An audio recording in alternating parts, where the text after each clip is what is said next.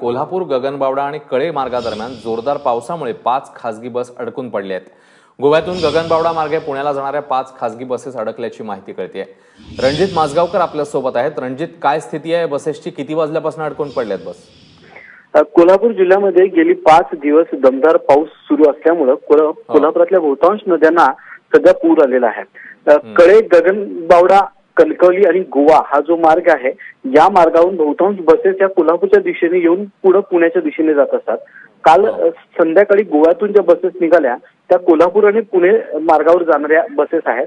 कळे, माटुंगी, साळवन या परिसरामध्ये रस्त्यांवर पाणी आल्याने या बसेस या परिसरामध्ये अडकून पडलेल्या आहेत। साधारण 250 ते 300 प्रवासी या बसमध्ये आहेत आणि रात्री 1 वाजल्यापासून या बसेस या परिसरामध्ये थांबून आहेत। काल रात्रीपासून मोठ्या प्रमाणामध्ये कोल्हापुरात पुन्हा पाऊस सुरू झालाय, पावसाचा जोर वाढलाय, त्यामुळे हे नदीचं पाणी आणखी वाढण्याची शक्यता आहे। त्यामुळे हे जे प्रवासी आहेत यांनी जिल्हा प्रशासनाला आणि स्थानिक नागरिकांच्या मदतीने इतरांना आवाहन केले की आम्हाला या परिसरातून मुक्त करावा।